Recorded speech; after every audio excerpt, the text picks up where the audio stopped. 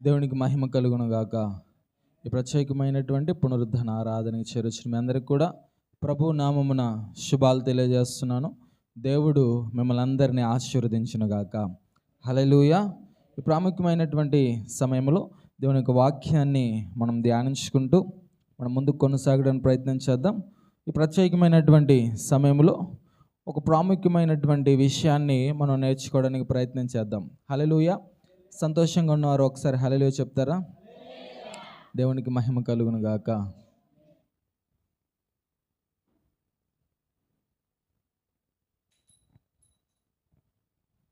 హల్లెలూయా. దేవుని యొక్క వాక్యాన్ని మనం ధ్యానించుకుందాం. ఒక ప్రత్యేకమైనటువంటి విషయాన్ని గురించి మీకు తెలియజేయడానికి నేను ఇష్టపడుతున్నాను. హల్లెలూయా. ఎంతమంది సంతోషంగా దాన్ని తెలుసుకోవాలనుకుంటున్నారు?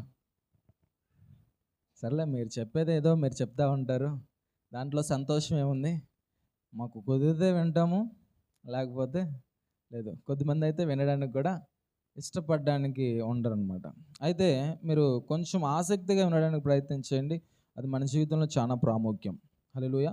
ప్రస్తుతం ఉన్నటువంటి పరిస్థితుల్లో యేసు ప్రభువుని అంగీకరించినటువంటి వారిలో చాలామంది వారి జీవితాల్లో దేవుని చిత్తాన్ని తెలుసుకోవడానికి కానీ, దేవుని చిత్తాన్ని వెదకడానికి కానీ, అసలు వారి జీవితంలో దేవుని చిత్తం ఏంటి, దేవుని చిత్తాన్ని ఎలాగ జరిగించాలి, దేవుని చిత్తాన్ని ఎలాగ తెలుసుకోవాలి అనేటటువంటి ఆలోచన వారు ఆలోచించడానికి ఇష్టపడట్లేదు. హల్లెలూయా. సామాన్యంగా మనిషి దేవుని యొక్క చిత్తాన్ని గురించినటువంటి ఆలోచన కలిగి ఉండడానికి ప్రస్తుతం ఉన్నటువంటి పరిస్థితుల్లో మనిషి దాని గురించి వెతకడానికి ఇష్టపడట్లేదు. మనిషికి ఏదైతే తన యొక్క ఊహ, తన యొక్క ఆలోచన, తన యొక్క అభిప్రాయం, తన యొక్క ఇష్టం, తన యొక్క ఇచ్ఛలు, తన యొక్క కోరికలు ఏవైతే ఉంటాయో వాటినే వెతుకుతూ ఉంటాడు. తనకి ఏది అనిపిస్తే అది చేస్తూ ఉంటాడు. తనకి ఎక్కడికి వెళ్ళాలనిపిస్తే అక్కడికి వెళ్ళాలనుకుంటాడు. తను ఎలాగ బ్రతకాలనుకుంటాడో ఆ విధమైనటువంటి లైఫ్ స్టైల్, ఒక విధమైనటువంటి జీవిత విధానాన్ని అతను అలాగ కలిగి ఉంటాడు. కొద్దిమందికి చూడండి, ఇంట్లో తినడానికి ఏం లేకపోయినా వాడు కష్టపడి పనిచేసిన డబ్బంతా కూడా ఊరికే తాగుతూనే ఉంటాడు కదా. ఏంటంటే, నాకు తాగడం అంటే బాగా ఇష్టం కాబట్టి నేను బాగా తాగుతాను. కొద్దిమందికి తినడం అంటే బాగా ఇష్టం, ఇంక్లూడింగ్ మీ ఆల్సో. తినడం అంటే బాగా ఇష్టం కాబట్టి పక్కనోడుకుందా లేదా, వెనకాలోడు తింటాడా, వాడికి అసలు ఉంటుందా అనేది ఆలోచించకుండా బాగా తినేస్తూ ఉంటాం.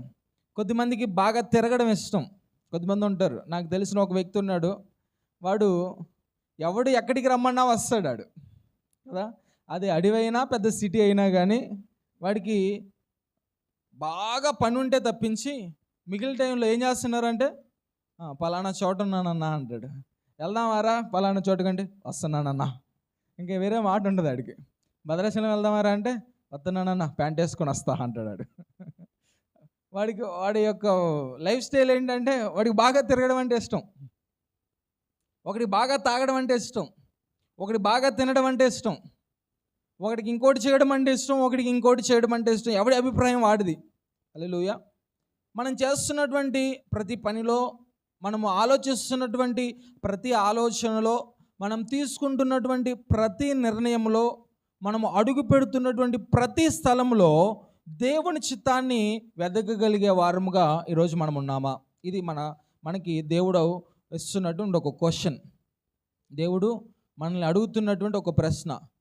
నువ్వు తీసుకుంటున్నటువంటి నిర్ణయం కావచ్చు, నువ్వు ఎన్నుకుంటున్నటువంటి ఒక వస్తువు కావచ్చు, నువ్వు వెళ్తున్నటువంటి ఒక ప్రయాణం కావచ్చు, నువ్వు అడుగు పెడుతున్నటువంటి ఒక స్థలము కావచ్చు, నువ్వు చేస్తున్నటువంటి ఒక ఆలోచన కావచ్చు, దీంట్లో ఇది దేవుని చిత్తమేనా, ఇది దేవుని చిత్తానుసారంగా నేను దీన్ని చేయాలి అనేటటువంటి ఆలోచన ఈ రోజుల్లో మనం కలిగి ఉంటున్నామా? చాలా మటుకు గమనిస్తే మోస్ట్ ఆఫ్ ది పీపుల్, చాలామంది ప్రజల్లో, చాలామంది క్రీస్తుని అంగీకరించినటువంటి జనుల్లో ఈ విషయాన్ని గురించినటువంటి అవగాహన చాలా తక్కువగా ఉంటుంది. హల్లెలూయా. చాలామంది క్రైస్తవులే, చాలామంది ప్రభువుని వెంబడిస్తున్నటువంటి వారే, చాలామంది ప్రభువుని ఆరాధిస్తున్నటువంటి వారే, కానీ వారి జీవితంలో వారు ఏమి కలిగి లేరంటే, ఇజ్ ఇట్ గాడ్స్ విల్? ఇది దేవుని చిత్తమా? అసలు దేవుని చిత్తం అంటే ఏంటి మన జీవితంలో? అసలు దేవుని చిత్తం ఏంటి అనేటటువంటి ఆలోచన, అనేటటువంటి ఒక నాలెడ్జ్, ఆ జ్ఞానము మనిషి కలిగి ఉండట్లేదు ప్రస్తుతం. హల్లెలూయా. కాబట్టి ఈ ప్రత్యేకమైనటువంటి శుభదినాన, ఈ పునరుద్ధాన ఆదివారాన ప్రభు మనకి తెలియపరుస్తున్న విషయం ఏంటంటే, నీ జీవితంలో దేవుని చిత్తాన్ని గ్రహించే వ్యక్తిగా నువ్వు ఉండాలి. హల్లెలూయా. దేవుని చిత్తాన్ని గ్రహించే వ్యక్తిగా నువ్వు ఉండాలి. ఈరోజు మనం నేర్చుకోబోతున్నటువంటి అంశం గాడ్స్ విల్. పక్కన వాళ్ళ వైపు చూసి గాడ్స్ విల్ అని చెప్పండి సంతోషంగా. మీకు పలకడానికి కొంచెం ఇబ్బందికరంగా అనిపించవచ్చు. ఇలా చూసి దేవుని చిత్తము అనేసి ఒక షేక్ హ్యాండ్ ఇవ్వండి సంతోషంగా. ఫేస్ సీరియస్గా పెట్టుకొని దేవుని చిత్తం అలా కాదు, ఓకే, కొంచెం నవ్వుతూ. ఎందుకంటే దేవుని చిత్తము జరిగించడం అనేది చాలా సంతోషం కదా. దేవుని చిత్తము మన జీవితంలో నెరవేర్చబడడం అనేది అది చాలా సంతోషకరమైనటువంటి విషయం. కాబట్టి ఈ రోజు నుండి నువ్వు అది తెలుసుకోబోతున్నావు, నువ్వు అది నేర్చుకోబోతున్నావు, నువ్వు దాన్ని అవలంబించి నీ జీవితంలో నడుచుకోబోతున్నావు. కాబట్టి ఇట్స్ వెరీ హ్యాపీ మూమెంట్. హల్లెలూయా. ఇది చాలా సంతోషకరమైనటువంటి సమయం. కాబట్టి సంతోషంగా దేవుని చిత్తము అనేసి చెప్పండి. హల్లెలూయా. అయితే ఈ దేవుని చిత్తము మనుషుల యొక్క జీవితంలో సాధారణంగా ఎలాగా ఉంటుందంటే, దేవుడు మనిషి పట్ల తాను కలిగి ఉన్నటువంటి కోరిక, ప్రణాళిక, ఆయన ఆలోచనలే దేవుని చిత్తం. హల్లెలూయా. మనిషి పట్ల దేవుడు కలిగి ఉన్నటువంటి కోరిక. ఇప్పుడు చూడండి, తల్లిదండ్రులు ఉన్నారు. తల్లిదండ్రులకి వాళ్ళ బిడ్డల పట్ల కొన్ని కోరికలు ఉంటాయి. ఏమని? వీడు పెద్ద ఎదవ్వాలని, వీడు పనికి మాలిన వాడు అయిపోవాలనేసి, వీడు రూపాయి సంపాదించినటువంటి వ్యక్తిగా మారాలనేసి. ఇలాగ ఎవరైనా కోరుకుంటారా? మీ ఫాదర్ నేను ఎలాగ ఉండాలని కోరుకొని ఉంటాడా? లేదు కదా. ఎలా నా బిడ్డలు ప్రయోజకులు అవ్వాలి, నేను ఈరోజు పడుతున్నటువంటి కష్టం రేపొద్దుట వాళ్ళు పడకుండా వాళ్ళ లైఫ్లో వాళ్ళు మంచి పొజిషన్లో ఉండి, గొప్ప స్థితిలో ఉండి, నాకంటే బెటర్ లైఫ్ వాళ్ళు అనుభవించాలి కదా. ఈరోజు సాధారణంగా ఇప్పుడు మన భారతదేశంలో ముఖేష్ అంబానీ అనేటటువంటి వ్యక్తి చాలా ధనవంతుడిగా ఉన్నాడు. ఓకే, ఈ ముఖేష్ అంబానీకి ఒక కొడుకు ఉన్నాడు. ఓకే, ఆ కొడుకుని, ఈ అంబానీ దేశంలోనే రిచ్ కదా, తన కొడుకుని ఎలాగా ఉంచాలనుకుంటాడు? సరే, నేను ఎలాగో రిచ్గా ఉన్నాను కదా, వీడు అడుక్కు తినేవాడైతే బాగుంటుంది అనుకుంటాడా? లేదు, వీడు ప్రయోజకుడు కాకుండా నేను ఎలాగో కొన్ని తరాలు తినేంత ఆస్తి సంపాదించాను. ప్రపంచంలోనే చాలా విలువైనటువంటి ఇల్లే ముఖేష్ అంబానీది. అది మన భారతదేశంలో ఉంది, ముంబై సిటీలో కదా. ఇప్పుడు దాంట్లో పనిచేసే వాళ్ళే సుమారు 600 మంది కూలీలు రోజు పనిచేస్తారంట. దాంట్లో అన్నీ ఉన్నాయి. సంవత్సరానికి వాళ్ళు కట్టే కరెంటు బిల్లు 85 కోట్లు అంట. కరెంట్ బిల్లు, ఆ బిల్డింగ్కి కట్టేది 85 crores, సుమారు ఎంతో అన్ని కోట్ల రూపాయల కరెంటు బిల్లు వాళ్ళు కడతారంట. ఇప్పుడు ప్రపంచంలోనే చాలా ధనవంతుడు ముఖేష్ అంబానీ కదా. ఇప్పుడు తన భవిష్యత్తు తరాల వారు కూర్చొని తినేంత ఆస్తి సంపాదించాడు. ఇప్పుడు తన కొడుకు ప్రయోజకుడు అవ్వాలనుకుంటాడా, లేకపోతే అప్రయోజకుడుగా ఈయన సంపాదించినటువంటి ధనమంతా కూడా కూర్చొని తినేటటువంటి సోమరిపోతు అవ్వాలనుకుంటాడా? ఎంత సంపాదించినా నా కొడుకు నాకంటే హయ్యర్ పొజిషన్లో ఉండాలి కదా. నా కొడుకు నాకంటే టాలెంటెడ్గా ఉండాలి, నా బిడ్డలు నాకంటే బెటర్ ప్లేస్లో ఉండాలి. హల్లెలూయా. ఇదే తన పిల్లల పట్ల తల్లిదండ్రులకు ఉండేటటువంటి కోరిక. నా పిల్లలు నాకంటే బెటర్ లైఫ్ అనుభవించాలి, నాకంటే మంచిగా ఉండాలి. ఇలానే మన అందరి తండ్రి అయినటువంటి దేవుడు కూడా మన పట్ల ఆయన కలిగి ఉన్నటువంటి సాధారణమైన కోరిక ఇది. హల్లెలూయా.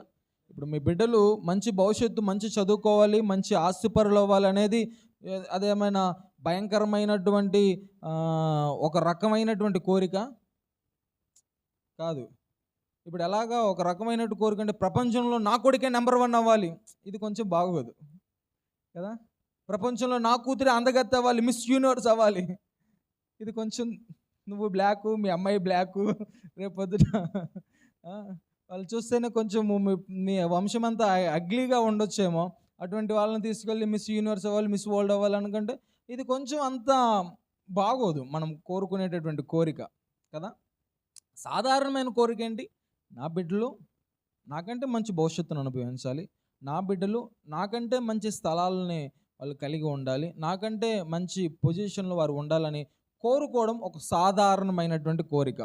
అలానే తండ్రి అయినటువంటి దేవుడు మనుషులందరి పట్ల సాధారణంగా తాను కలిగి ఉన్నటువంటి ఆ కోరికలు, హల్లెలూయా, ఆ ప్రణాళికలు, ఆ యొక్క ఉద్దేశాలే దేవుని యొక్క చిత్తం. హల్లెలూయా. దేవుని చిత్తం ఏంటి? దేవుడు మనిషి పట్ల కలిగి ఉన్నటువంటి సాధారణమైనటువంటి కోరిక, సాధారణమైనటువంటి ప్రణాళిక, సాధారణమైనటువంటి ఉద్దేశము దేవుని యొక్క చిత్తమై ఉన్నది. ఏంటి సాధారణమైనటువంటి ప్రణాళికలు, సాధారణమైనటువంటి కోరికలు ఏంటి? ఇప్పుడు చూడండి, సాధారణంగా మీ జీవితాల్లో, మీ పిల్లల జీవితాలు మీరు ఎలాగ ఆలోచిస్తున్నారో దేవుడు కూడా మన నుండి అదే ఆశిస్తున్నాడు. మీ పిల్లలు మీ మాట వినేవారిగా ఉండాలని అనుకుంటారా, అనుకోరా? వాడు అందరి మాట వినాలి, నా మాట మాత్రమే వినకుండా నన్ను నిరాకరించే వ్యక్తిగా, నన్ను దూషించే వ్యక్తిగా, నన్ను అవమానించే వ్యక్తిగా ఉండాలనుకుంటారా? లేదు కదా. ఇప్పుడు నీ కొడుకు ఒక గవర్నమెంట్ ఎంప్లాయీ అయ్యాడు అనుకోండి, వాడు గవర్నమెంట్ ఎంప్లాయీ అయ్యాడు కదా అని చెప్పేసి అప్పుడప్పుడు వచ్చి నేను కొడతా ఉంటే ఎలా ఉంటుంది? తల్లిదండ్రులు కొడతా ఉన్నాడు అనుకోండి, వాడు గవర్నమెంట్ ఎంప్లాయీ అయినా కానీ వాడి జీవితము మంచి జీవితం అంటారా? నేను చెప్తున్నటువంటి విషయాలు చాలా జాగ్రత్తగా ఆలకించడానికి ప్రయత్నం చేయండి. తల్లిదండ్రులు పిల్లల పట్ల ఒక బౌండరీస్, ఒక హద్దులు, ఒక సరిహద్దులు కలిగి ఉంటారు. పిల్లలు వాటిని నెరవేర్చే వారిగా ఉండునట్లుగా తల్లిదండ్రులు కోరుకుంటారు. మా మాట వినే వ్యక్తిగా ఉండాలి, మా మాట ఆలకించే వ్యక్తిగా ఉండాలి, నా ఉద్దేశములు తెలుసుకునే వ్యక్తిగా ఉండాలి, నా కోరిక ప్రకారం వాడి జీవితంలో ప్రయోజకుడయ్యే వ్యక్తిగా ఉండాలి అనేసి తల్లిదండ్రులు పిల్లల పట్ల ఎలాగ ఆలోచిస్తారో పరలోకమందున్నటువంటి తండ్రి కూడా తన బిడ్డలమైనటువంటి మనందరి పట్ల కూడా తాను అటువంటి ఉద్దేశాలను కలిగి ఉన్నాడు. నా ప్రజలు నా మాట వినాలి, నా ప్రజలు నా ఆజ్ఞను అనుసరించాలి, నా ప్రజలు నేను నేర్పిస్తున్నటువంటి మంచిని నేర్చుకోవాలి, నేను వారి జీవితంలో వారు తృణీకరించాల్సినటువంటి చెడును వారికి తెలియజేస్తున్నప్పుడు ఆ చెడును వారి జీవితంలోనికి రానివ్వకుండా వారు జాగ్రత్తగా జీవించాలి. హల్లెలూయా. ఇదే దేవుని యొక్క చిత్తం. ఈ దేవుని యొక్క చిత్తంలో 3 భాగాల్ని ఈరోజు మనం నేర్చుకోవడానికి ప్రయత్నం చేద్దాం. హల్లెలూయా. మొదటిగా దేవుని యొక్క సాధారణ చిత్తం. హల్లెలూయా.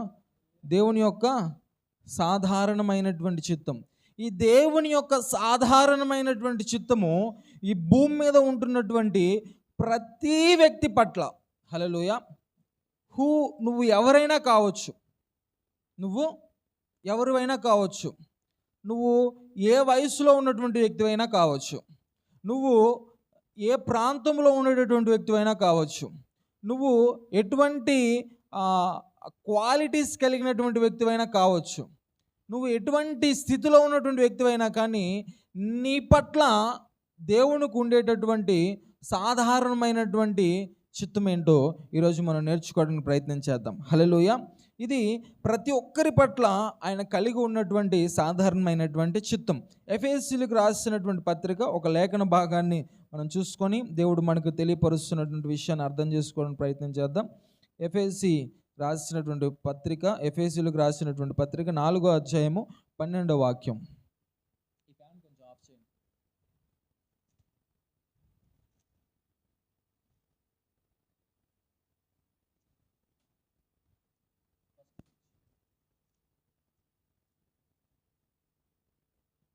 ఎఫెసీయులకు రాసినటువంటి పత్రిక 4వ అధ్యాయము 12వ వాక్యాన్ని చదువుతున్నాను, చూడండి. 11, 12 కలిసి ఉంది. మనమందరము విశ్వాస విషయంలోను దేవుని కుమారుని గూర్చిన జ్ఞాన విషయంలోను ఏకత్వము పొంది సంపూర్ణ పురుషుల మగు వరకు, అనగా క్రీస్తుకు కలిగిన సంపూర్ణతకు సమానమైన సంపూర్ణత కలవారు మగు వరకు ఆయన ఈలాగు నియమించును. హల్లెలూయా. చూడండి, ఇక్కడ అపోస్తులైనటువంటి పౌలు చాలా స్పష్టంగా రాస్తున్నటువంటి మాట. దీంట్లో చాలా విషయాలు దాగి ఉన్నాయి, జాగ్రత్తగా ఆలకించడానికి ప్రయత్నించండి. ఇక్కడ పౌలు ఏమంటున్నాడు? మనమందరము, హల్లెలూయా, ఎవరము? మనమందరము విశ్వాస విషయంలోను దేవుని కుమారుని గూర్చిన జ్ఞాన విషయంలోను ఏకత్వము పొంది, హల్లెలూయా, దేవుని కుమారుడైనటువంటి యేసు ప్రభువును గూర్చినటువంటి జ్ఞానం మనం కలిగి ఉండాలంట. ఆయన ఎవరు, ఆయన యొక్క ఉద్దేశం ఏంటి, ఆయన ఈ లోకంలోనికి రావడానికి గల కారణం ఏంటి, ఆయన నెరవేర్చినటువంటి కార్యం ఏంటి, ఆయన మన కొరకు చేసినటువంటి ఆ యొక్క విషయాలు ఏంటి అనేటటువంటి జ్ఞానం మనం కలిగి ఉండాలి. హల్లెలూయా, హల్లెలూయా. ఈరోజు దేవుణ్ణి నమ్ముకున్నామంటే నమ్ముకున్నట్లుగా కాదు. ఈరోజు చర్చికి వస్తున్నామంటే ఏదో సాధారణంగా అదొక డ్యూటీగా. చూడండి, ఉద్యోగస్తులు డ్యూటీస్ చేస్తూ ఉంటారు. మండే టు సాటర్డే మార్నింగ్ నుండి ఈవినింగ్ వరకు ఏదో వర్క్ చేసామంటే చేసాము, శాలరీ తీసుకున్నామంటే తీసుకున్నాం అన్నట్లు కాదు భక్తి జీవితం అనేది. ఇది దానికంటే కొంచెం ప్రత్యేకమైనటువంటి జీవితం. నీ జీవితంలో సన్నిధికి వస్తున్నావా, నీ జీవితంలో ఆరాధించడానికి ప్రభు స్థలానికి నువ్వు వస్తున్నావంటే నీలో ఒక ప్రత్యేకత రావాలి, నీలో ఒక మార్పు రావాలి. నువ్వు వస్తున్నటువంటి కొలది నీ జీవితంలో అనేకమైనటువంటి కార్యాలని ప్రభు యొక్క వాక్యంను వినడం ద్వారా, ప్రభు యొక్క వాక్యాన్ని నువ్వు గ్రహించడం ద్వారా, ప్రభు యొక్క వాక్యాన్ని నీ జీవితంలో అవలంబించుకుని దాన్ని నెరవేరుస్తూ నువ్వు దాని ప్రకారం ముందుకు కొనసాగుతున్నప్పుడు నీ జీవితంలో ఈ లోక సంబంధమైనటువంటి నువ్వు కలిగినటువంటి జ్ఞానాన్ని అనుసరించి నువ్వు పొందుకునేటటువంటి దానికంటే దేవుని సన్నిధికి వస్తూ దేవుని ఆరాధిస్తూ దేవుని గురించి తెలుసుకున్న తర్వాత నీ జీవితంలో నువ్వు పొందుకునేటటువంటి కార్యములు అవి బహు గొప్పగా ఉంటాయి. అందుకనే చూడండి, నాకు రాయబడినటువంటి వాక్యం ఏం రాయబడుతూ వచ్చింది? జకర్యా గ్రంథం 4వ అధ్యాయం 6వ వాక్యంలో, శక్తి చేతనేను బలము చేతనేను కాక నా ఆత్మ చేతనే ఇది జరుగును. హల్లెలూయా. నీ శక్తి, నీ బలము, నీ జ్ఞానం కాదు. నువ్వు దానితో చేయాలనుకుంటే లిటిల్ బిట్ కొంచెమే చేయగలుగుతావు, నీ జీవితంలో కొంచెమే పొందుకోగలుగుతావు. మరి ఎలాగ నీ జీవితంలో ఉన్నతమైనటువంటి దాన్ని నువ్వు పొందుకుంటావు? ఎలాగ నీ జీవితంలో ఆశీర్వాదకరమైనటువంటి స్థితిలో నువ్వు వెళ్ళగలుగుతావు అంటే దేవుని యొక్క ఆత్మ ద్వారానే. హల్లెలూయా. దేవుని యొక్క ఆత్మను నువ్వు పొందుకున్నప్పుడు మాత్రమే. దేవుని యొక్క ఆత్మను ఎలా పొందుకుంటావు? ఆయన గురించి పూర్తిగా నువ్వు ఎరిగినప్పుడు, ఆయన గురించి నువ్వు తెలుసుకోవాలన్నటువంటి ఆలోచన కలిగి ఉన్నప్పుడు. అందుకని పౌలు ఇక్కడ అంటున్నాడు, మనం అందరం విశ్వాసం విషయంలోను దేవుని కుమారుని గురించిన జ్ఞానం విషయంలోను ఏకత్వం పొంది సంపూర్ణ మగు వరకు, అనగా క్రీస్తునకు కలిగిన సంపూర్ణతకు సమానమైన సంపూర్ణత కలవారు మగు వరకు ఆయన ఇలాగ నియమించును. హల్లెలూయా. ఎవరు నియమించారంట? దేవుడు ఇలాగ నియమించాడు.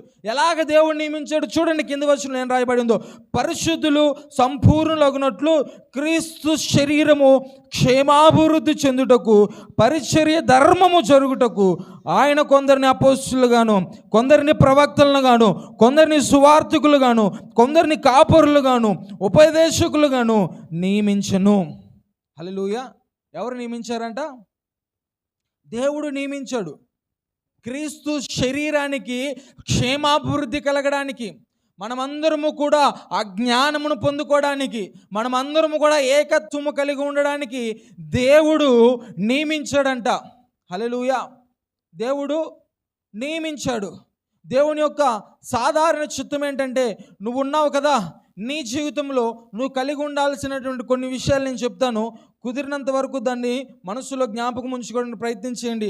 అట్లీస్ట్ రాయగలిగిన వారు మీ యొక్క నోట్ ప్యాడ్స్లో మీరు రాసుకోవడానికి ప్రయత్నించండి. నీ జీవితంలో దేవుని యొక్క సాధారణ చిత్తం ఏంటంటే, నువ్వు ప్రతిరోజు ప్రార్థన చేయాలి. హల్లెలూయా, హల్లెలూయా. నువ్వు ప్రతిరోజు ప్రార్థన చేయాలి. ఒకవేళ నీ జీవితంలో ప్రతిరోజు ప్రార్థన చేయడాన్ని నువ్వు అలవరుచుకోలేకపోతున్నావా? నీకున్నటువంటి శ్రమల భారాన్ని బట్టి, నీకున్నటువంటి టెన్షన్స్ని బట్టి, నీకుంటున్నటువంటి ఒత్తిడులను బట్టి, నీకున్నటువంటి పనుల భారాన్ని బట్టి, లేకపోతే నువ్వే పనులు కల్పించుకొని నువ్వు ప్రార్థన చేయలేకపోతున్నావా? నువ్వు గ్రహించాల్సినటువంటి చాలా ప్రాముఖ్యమైనటువంటి ఉద్దేశం, దేవుని యొక్క సాధారణ చిత్తాన్ని నువ్వు చేయట్లేదు. హల్లెలూయా. నువ్వేం చేయట్లేదు? దేవుని యొక్క సాధారణ చిత్తం అంటే తండ్రి తన కొడుకు మంచివాడు కావాలి అనుకునేటటువంటి ఆ స్థితిని కూడా కొడుకు నెరవేర్చలేకపోవడం. నువ్వు ఒక ఐఏఎస్, ఐపీఎస్, పెద్ద కలెక్టరో లేకపోతే ఇంకో పెద్ద ఒక CEO అవ్వాలనేది కాదు. అలా సాధారణంగా తండ్రిని సంతోషపెట్టే విధంగా ఒక మంచి కుమారుడిగా నువ్వు ఉండలేకపోతున్నావు. హల్లెలూయా. నీ జీవితంలో మొట్టమొదటిగా నువ్వు ప్రార్థన చేసే వ్యక్తిగా ఉండాలి. నువ్వు ఆరాధించే వ్యక్తిగా, వర్షిప్ చేసే వ్యక్తిగా ఉండాలి. వాక్యాన్ని చదివే వ్యక్తిగా ఉండాలి. నువ్వు దేవుని సన్నిధికి వచ్చే వ్యక్తిగా ఉండాలి. నువ్వు సహవాసముతో కూడుకునే వ్యక్తిగా ఉండాలి. నువ్వు పరిశుద్ధమైనటువంటి జీవితం కలిగిన వ్యక్తిగా ఉండాలి. నువ్వు పరిశుద్ధుల కొరకు ముందుకు నడిచే వ్యక్తిగా నువ్వు ఉండాలి. దేవుని సన్నిధిలో దశమ భాగాలు ఇచ్చే వ్యక్తిగా ఉండాలి. శిష్యునిగా, దేవునికి శిష్యునిగా నువ్వు ఉండాలి. యేసు ప్రభువులే నువ్వు ఉండాలి. నీ జీవితంలో ఒక టెస్టిమనీ అంటే ఒక మంచి సాక్ష్యము నువ్వు కలిగి ఉండాలి. నువ్వు ఇతరులకి సహాయం చేసే వ్యక్తిగా నువ్వు ఉండాలి. నీ జీవితంలో ఫలభరితమైనటువంటి జీవితాన్ని కలిగి ఉన్న వ్యక్తిగా ఉండాలి. దేవుని యొక్క సువార్తని ప్రకటించే వ్యక్తిగా నువ్వు ఉండాలి. ఇది దేవుడు మన పట్ల కలిగి ఉన్నటువంటి సాధారణ చిత్తం. హల్లెలూయా. ఇదంతా ఏంటి? సాధారణ చిత్తం. దేవుడు ప్రతి ఒక్కరి పట్ల ఇది కోరుకుంటున్నాడు. ఇప్పుడు ఏమీ ఇందులో వ్యత్యాసం లేదు. సువార్త ఎవరు ప్రకటించాలి? ఎవరు ప్రకటించవచ్చు? సువార్త ప్రకటించడానికి ఎవరు యోగ్యులు? చెప్పండి, ఎవరు యోగ్యులు సువార్త ప్రకటించడానికి? అందరూ యోగ్యులు. హల్లెలూయా. ప్రతి ఒక్కడు యోగ్యులే. ప్రార్థన చేయడానికి ఏం అర్హత కావాలి చెప్పండి? దానికి ఏమైనా డిగ్రీ కావాలా? దానికి ఏమైనా ప్రాక్టీస్ కావాలా? అది ఎవరి దగ్గరైనా డబ్బులు ఇచ్చి కొనుక్కోవాలా? లేదే. వాక్యం చదవడం ఎవరి దగ్గర నేర్చుకోవాలి? దానికి కూడా ఏమైనా అర్హత కావాలా? లేదు. పొద్దుటే బ్రష్ చేసి మంచిగా హెడ్ బాత్ చేసి షవర్ చేసి వైట్ అండ్ వైట్ వేసుకొని కూర్చొని మాత్రమే చదవాలనేసి ఏమైనా ఉందా? లేదు. నువ్వు ఏ పని చేస్తూనైనా వాక్యాన్ని చదువుకోవచ్చు. నువ్వు ఎక్కడ ఉండైనా వాక్యాన్ని చదువుకోవచ్చు. నువ్వు ఎలాగ ఉండైనా వాక్యాన్ని చదువుకోవచ్చు. హల్లెలూయా. నువ్వు స్నానం చేయకుండా కూడా చదవచ్చు. నువ్వు బ్రష్ చేయకుండా కూడా చదవచ్చు. దేవుడు దానికి ఏం నియమం పెట్టలేదు. హల్లెలూయా. హల్లెలూయా. ప్రార్థన చేసే వ్యక్తిగా నువ్వు ఉండాలి. వాక్యం చదివే వ్యక్తిగా నువ్వు ఉండాలి. నీ హృదయాన్ని ప్రభు సన్నిధిలో నీళ్లు కుమ్మరించినట్లుగా కుమ్మరించి ఆరాధించే వ్యక్తిగా నువ్వు ఉండాలి. ఇతరులకి సహాయం చేసే వ్యక్తిగా నువ్వు ఉండాలి. పరిశుద్ధమైనటువంటి జీవితాన్ని నువ్వు కలిగి ఉండాలి. పరిశుద్ధుల కొరకు ప్రార్థన చేసే వ్యక్తిగా నువ్వు ఉండాలి. దేవుని సన్నిధికి క్రమం తప్పకుండా దేవుని సన్నిధికి వచ్చే వ్యక్తిగా నువ్వు ఉండాలి. దేవుని సన్నిధిలో పరిచర్య చేసే వ్యక్తిగా నువ్వు ఉండాలి. హల్లెలూయా. సువార్తను ప్రకటించే వ్యక్తిగా నువ్వు ఉండాలి. ఇవన్నీ కూడా దేవుడు ప్రతి ఒక్కరి పట్ల కోరుకుంటున్నటువంటి విషయం. ఈరోజు మన మధ్యలో మహేష్ ఉన్నాడు. వీడు ఇవన్నీ చేయడానికి యోగ్యుడే. హల్లెలూయా. లాజరు ఉన్నాడు. ఆయన ఇవన్నీ చేయడానికి యోగ్యుడే. శారమ్మ ఉంది. ఆవిడ ఇవన్నీ చేయడానికి యోగ్యురాలే. ప్రవళిక ఉంది. ఆమె కూడా ఇవన్నీ చేయడానికి యోగ్యురాలే. ఎందుకంటే దేవుడు అందరికీ అర్హతనిచ్చాడు. అందరి పట్ల ఆయన కోరుకునేటటువంటి ఉద్దేశం ఇది. దీంట్లో ఏ ఒక్కరు ఎక్కువ కాదు, ఏ ఒక్కరు తక్కువ కాదు. అయ్యో నేను చదువుకోలేదే. ఓకే, నువ్వు చదువుకోకపోతే ప్రాబ్లం ఏంటి? నువ్వు చదువుకోకపోతే నువ్వు మాట రావట్లేదా నీ నోట్లో నుండి? నువ్వు బాగా ధారాళంగా చదువుకున్నటువంటి వ్యక్తుల కంటే ఈరోజు చదువుకోనటువంటి వ్యక్తులే బాగా గడగడ మాట్లాడుతూ ఉంటారు కదా. ఏదైనా అంశం వారి గురించి ఇచ్చి మాట్లాడమంటే, పక్కింటి ఆంటీ గురించి మాట్లాడమంటే ఒక నలుగురు కూర్చొని దాంట్లో ఉన్నటువంటి థియాలజీ ఏంటో కూడా ఉండదు. దాంట్లో ఉన్నటువంటి డాక్టర్ని ఇంకెక్కడ కూడా దొరకదు.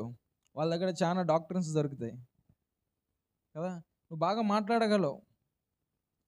అంత బాగా మాట్లాడినటువంటి వ్యక్తివి, అంత బాగా అరవగలిగినటువంటి వ్యక్తివి, ప్రార్థించలేవా? ఓకే, నీకు చదువు రాదు, వాక్యాన్ని చదవలేవేమో, వాక్యాన్ని నువ్వు బాగా వింటావు కదా. చూడండి, 25 years బ్యాక్ నువ్వు విన్నటువంటి మాటను బట్టి ఇంకా నువ్వు ఆ ఇంటికి వెళ్ళట్లేదే. ఉంటారు కదా. ఏంటంటే అప్పుడెప్పుడో జరిగింది బ్రదర్, స్టిల్ నువ్వు ఇంకా ఆ మాటను గుర్తుంచుకొని ఉంటావు కదా. అంతెందుకు, ఒక 20 సంవత్సరాల క్రితం నువ్వు చూసినటువంటి సినిమా డైలాగ్ నీకు గుర్తుండట్లేదా? చెప్పండి, గుర్తుండట్లేదా? ఎన్ని డైలాగులు చెప్పట్లేదు మనం, ఎన్ని రీల్స్ చేయట్లేదు, మనకు అవన్నీ బాగా గుర్తుంటాయి. మరి ఎందుకు దేవుని వాక్యం మనకు గుర్తుండదు అంటారు? మనకు గుర్తుంటుంది, దాన్ని గ్రహించగలం. ప్రాబ్లం ఏంటంటే దాని మీద మన మనస్సును నిలపట్లేదు, దాని మీద మనం ఫోకస్ చేయట్లేదు, దానిపై మనం ఇంట్రెస్ట్ కలిగి ఉండట్లేదు. అంతే. దేవుని సన్నిధా ఓకే, వాక్యం చెప్తారు, మనం నిద్రపోవాలి. చాలామంది ఫీలింగ్ ఇలానే ఉంటుంది. దేవుని సన్నిధా, వాళ్ళు వాక్యం చెప్తారు, మనం నిద్రపోవాలి. వాళ్ళు వాక్యం చెప్తారు, మనం ఏదో ఆలోచించాలి. హల్లెలూయా. దేవుడు ఈరోజు నీ నుండి నా నుండి కోరుకుంటున్నటువంటి కామన్ విల్ ఆఫ్ గాడ్, సాధారణమైనటువంటి దేవుని చిత్తం. ప్రార్థించే వ్యక్తిగా ఉండాలి, ఆరాధించే వ్యక్తిగా ఉండాలి, వాక్యాన్ని చదివే వ్యక్తిగా ఉండాలి, నువ్వు దేవుని యొక్క స్వార్థను ప్రకటించే వ్యక్తిగా ఉండాలి, దేవుని సన్నిధికి వచ్చే వ్యక్తిగా ఉండాలి, దేవుని సన్నిధిలో పరిచర్య చేసే వ్యక్తిగా ఉండాలి, నువ్వు పరిశుద్ధ జీవితాన్ని కలిగిన వ్యక్తిగా ఉండాలి. హల్లెలూయా. పరిశుద్ధుల కొరకు ప్రార్థన చేసే వ్యక్తిగా ఉండాలి, పరిచర్య చేసే వ్యక్తిగా ఉండాలి. ఇవన్నీ కామన్, ఇవన్నీ సాధారణమైనటువంటి దేవుని యొక్క చిత్తం. ఇవి ప్రతి ఒక్కరి పట్ల ఇలానే ఉన్నాయి. హల్లెలూయా. నేను చెప్పాను కదా, మహేష్ పట్ల ఎలాగా ఉందో సంధ్య పట్ల కూడా అలానే ఉంది. దేవుడు దీంట్లో ఏ చేంజెస్ చూడట్లేదు, దేవుడు దీంట్లో ఏ మార్పుని తీసుకురావట్లేదు. అందరినీ ఆయన ఈక్వల్గా చూస్తున్నాడు, ఆయన అందరినీ సమానంగా చూస్తున్నాడు. సాధారణమైనటువంటి దేవుని చిత్తం ఈరోజు మనం గ్రహించాలి. హల్లెలూయా. ఈరోజు మనం గ్రహించాలి, సాధారణ చిత్తాన్ని మనము చేస్తున్నటువంటి వారముగా మనం ఉన్నామా? మనల్ని మనం ఒకసారి పరీక్షించుకుందాం. దేవుని సన్నిధికి క్రమం తప్పకుండా నువ్వు వస్తున్నావా? ఒకవేళ నువ్వు మిస్ అయిపోతావు అంటే సాధారణమైనటువంటి చిత్తాన్ని, నార్మల్ చిత్తాన్ని నువ్వు చేయలేకపోతున్నావు, నార్మల్ గాడ్స్ విల్ నువ్వు నెరవేర్చలేకపోతున్నావు. దేవుని సన్నిధిలో పరిచర్య చేయడానికి వస్తున్నారా? నేను రాత్రి ఇద్దరు సహోదరుల్ని, మా ఇక్కడ ఉండండి, రేపు పొద్దుట పరిచర్య చేయడానికి ఉంటే, పొద్దుటే వస్తామన్నయ్యా అన్నారు. ఏమన్నారు? పొద్దుటే వస్తామన్నారు. ఒక సహోదరి పాటలు అయిపోయినాక వచ్చింది ఆరాధన టైంలో, అదే ముందు చెప్పింది, నేనే ముందు వస్తానని. దేవుని సన్నిధిలో పరిచర్య చేయడానికి నువ్వు రాగలుగుతున్నావా? పరిశుద్ధులతోటి సహవాసం కలిగి ఉంటున్నావా? చూడండి, యదవలందరితోటి సహవాసం కలిగి ఉంటారు కదా, పనికి మాలిన వాళ్ళందరితోటి సహవాసం కలిగి ఉంటారు. ఆత్మీయులతోటి సహవాసం కలిగి ఉంటున్నారా? ప్రార్థన చేసే సహవాసం మీకు ఉందా? ఒక ఇద్దరు వ్యక్తులు కూడుకున్నప్పుడు, ఆత్మీయులుగా ఇద్దరు వ్యక్తులు కూడుకున్నప్పుడు, ఒక 10 నిమిషాల వరకు టైం దొరికింది అనుకోండి, అందులో ఒక 5 నిమిషాలు ప్రార్థన చేసుకుందాం, మనం ఎలాగ కలుసుకున్నాం కదా అని ఎవరైనా చెప్పగలుగుతున్నారా? 2 hours, 3 hours, 4 hours, పొద్దు నుండి సాయంత్రం దాకా మనం కూర్చొని బాధాకాన్ని పెట్టమంటే అవలీలగా పెట్టేస్తాం, టైం తెలియకుండా. రాత్రంతా మాట్లాడతాం కదా. కానీ ఆ రాత్రంతా మాట్లాడే దాంట్లో ఒక 10 నిమిషాలు కలిసి ప్రార్థన చేసుకుందాం అనేసి ఎవరైనా చేయగలుగుతున్నారా? అంటే ఇక్కడ ఎవరో కూడా ఆత్మీయ సహవాసులుగా లేరు కదా.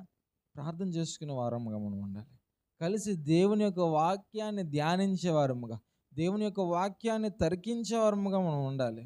హల్లెలూయా. హల్లెలూయా. ఎప్పుడైతే దేవుని యొక్క వాక్యం పట్ల మనం అటువంటి ఆశ, అటువంటి వాంఛ కలిగి మనం ఉంటామో నేర్చుకోవాలి. ఇప్పుడు నీకు తెలియదు కదా, నీకు తెలియదు అనేసి నువ్వు అలాగే ఉంటే ఎలా తెలుసుకుంటావు? తెలిసినటువంటి వ్యక్తి దగ్గరికి వెళ్ళి, నాకు కొంచెం దేవుని వాక్యాన్ని చెప్తారా, నాకు కొంచెం ఏమైనా వాక్యాన్ని నేర్పిస్తారా, నాకు కొంచెం ఏదైనా ఒక విషయాన్ని చెప్పండి, అలా అడిగేవారమ్మ. నువ్వు పక్కన ఉన్నటువంటి కొంచెం తెలిసినటువంటి వ్యక్తి దగ్గరికి వెళ్ళి అడుగు. తెలిసినటువంటి వాళ్ళు బిల్డప్ కొట్టకండి, నాకే తెలుసు అనేసి అనకుండా, సరే నాకు పెద్దగా తెలియదు, నాకు కొంచెం ఈ వాక్యం తెలుసు, నాకు బైబిల్లో కొన్ని సందర్భాలు తెలుసు, నేను ఈ విధంగా నేర్చుకున్నాను, నీకు అవి షేర్ చేస్తాను, మీతో అవి పంచుకుంటానని చెప్పేసి పంచే వ్యక్తులుగా మనం ఉండాలి. సహవాసం. హల్లెలూయా. ఇటువంటి చిత్తాన్ని ఈరోజు చెప్పాను కదా ప్రారంభంలో, చాలామంది క్రైస్తవులే కానీ దేవుని యొక్క చిత్తాన్ని నెరవేర్చేటటువంటి క్రైస్తవులుగా ఉండలేకపోతున్నారు. దేవుని యొక్క చిత్తము అనేసి దాన్ని తెలుసుకొని, దాన్ని అనుసరించి, దాన్ని నిర్వర్తించేటటువంటి వ్యక్తులుగా ఈరోజు దేవుని ప్రజలు ఉండలేకపోతున్నారు. హల్లెలూయా. మొదటిగా మనం నేర్చుకుంటూ వచ్చాం దేవుని యొక్క సాధారణమైనటువంటి చిత్తం. ఈ సాధారణమైనటువంటి చిత్తం ప్రతి ఒక్కరి పట్ల ఒకే విధంగా ఉంటుంది. హల్లెలూయా. రెండో విషయాన్ని మనం నేర్చుకోవడానికి ప్రయత్నం చేద్దాం, దేవుని యొక్క ప్రత్యేకమైనటువంటి చిత్తం. హల్లెలూయా. దేవుని యొక్క ప్రత్యేకమైనటువంటి చిత్తం, చాలా ప్రత్యేకమైనటువంటి చిత్తం.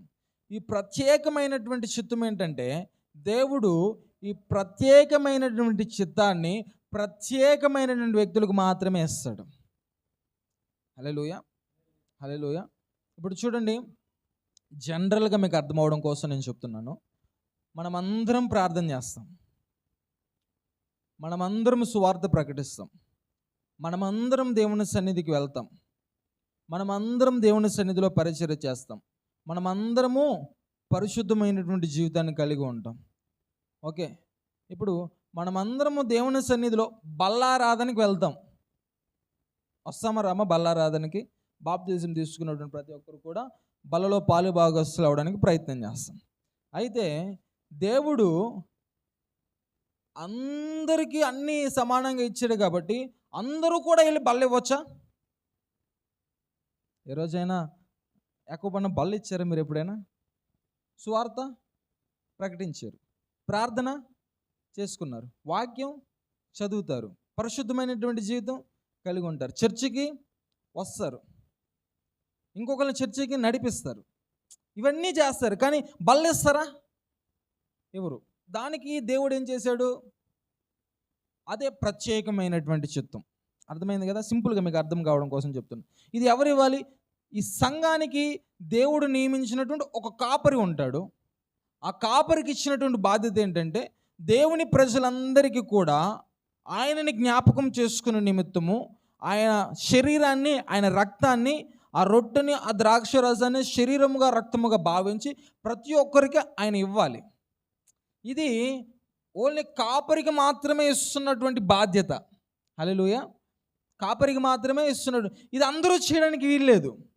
ఎవరింట్లో వాళ్ళు నేను బల్లిరుచుకుంటాను, నాకు చర్చ అవసరం లేదు, రొట్టె నేను చేసుకోలేనా, పాస్టమ్మ గారి కంటే నేను అద్భుతంగా చేస్తాను రొట్టె అనుకోవచ్చేమో నువ్వు కదా.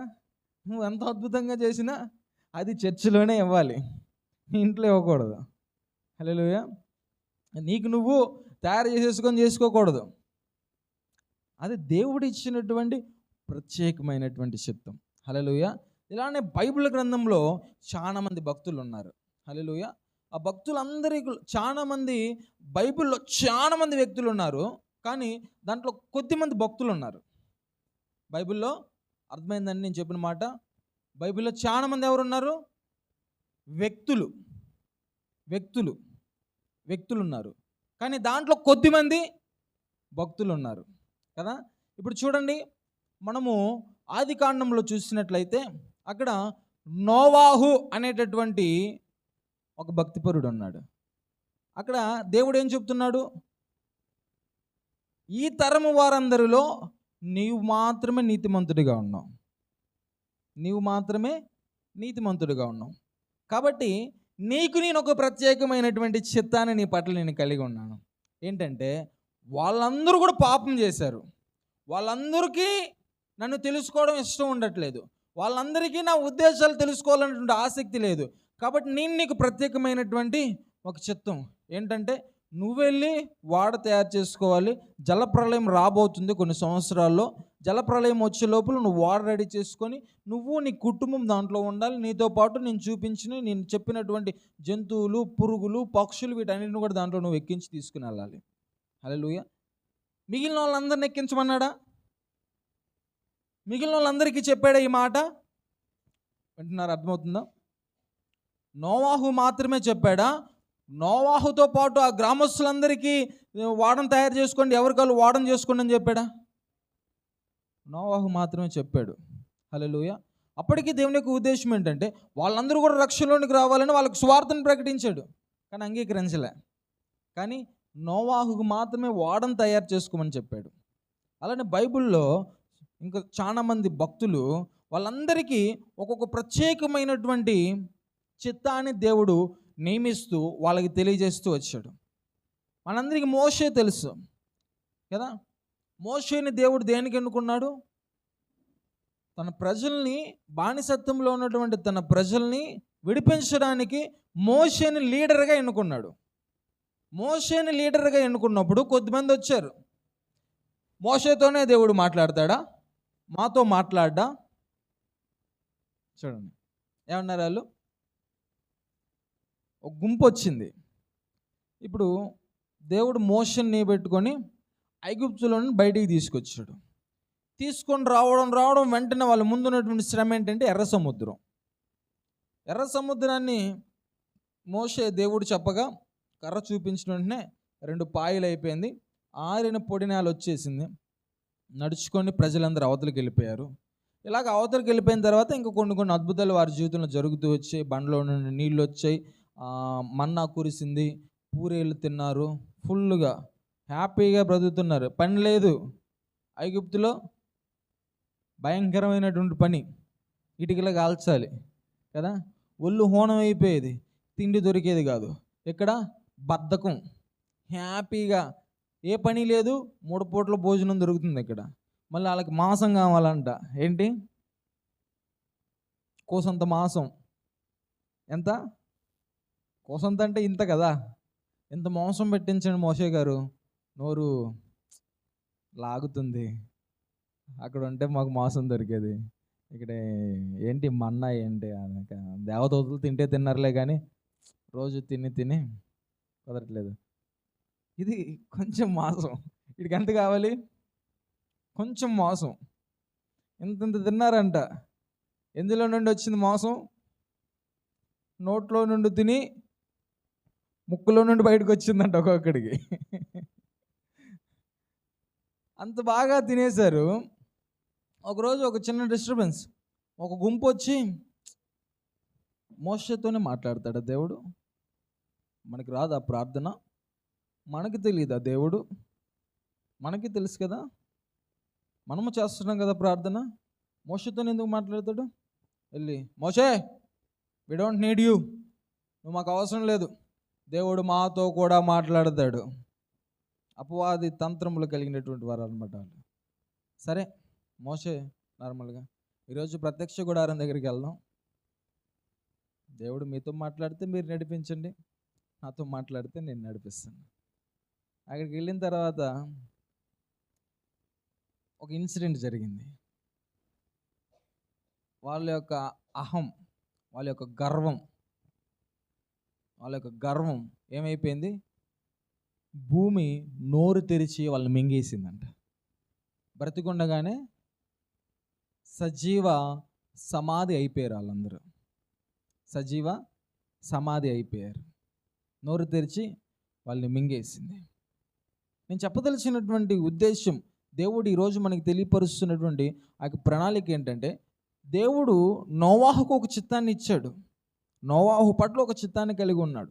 హానోకు పట్ల ఒక చిత్తాన్ని కలిగి ఉన్నాడు. అబ్రహాము పట్ల ఒక చిత్తాన్ని కలిగి ఉన్నాడు కదా. అబ్రహాముతో పాటు ఉన్నటువంటి లోతు ఉన్నాడు. అబ్రహాము వల్లే లోతు ఆశీర్వదింపబడ్డా? లేదు. అబ్రహాం పట్ల ఒక చిత్తాన్ని కలిగి ఉన్నాడు. మోషే పట్ల ఒక చిత్తాన్ని కలిగి ఉన్నాడు. దావీదు పట్ల ఒక చిత్తాన్ని కలిగి ఉన్నాడు.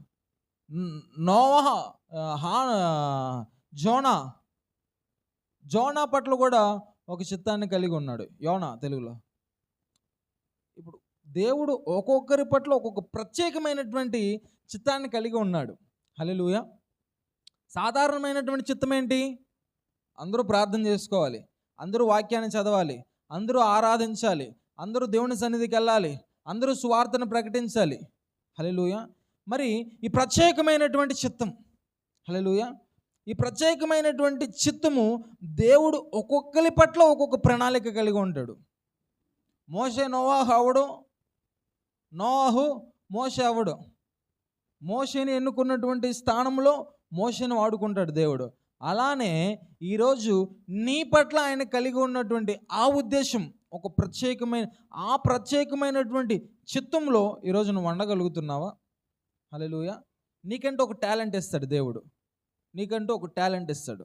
ఇప్పుడు చూడండి, కొద్దిమంది బాగా పాటలు పాడగలుగుతారు, కొద్దిమంది పాటలు రాయగలుగుతారు,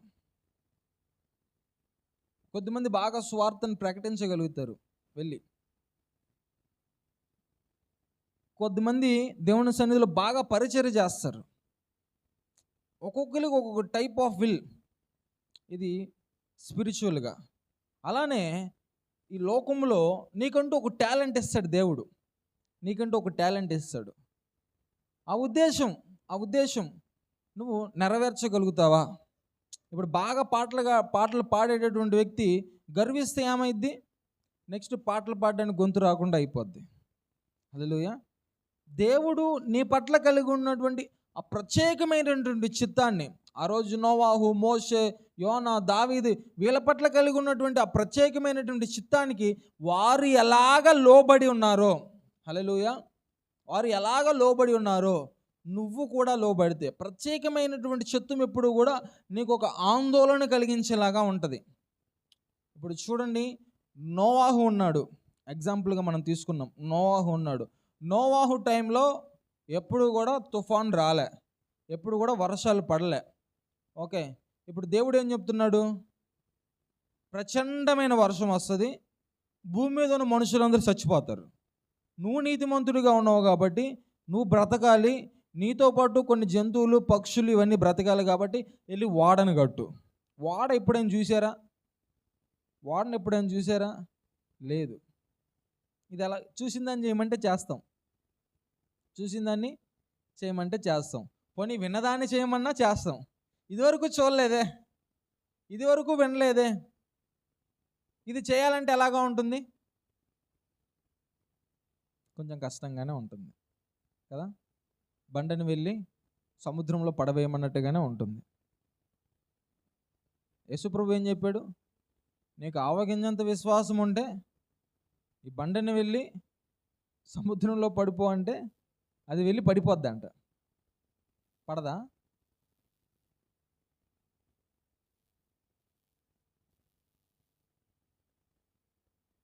పడమంటే పడుతుంది, కార్యాలు జరుగుతాయి.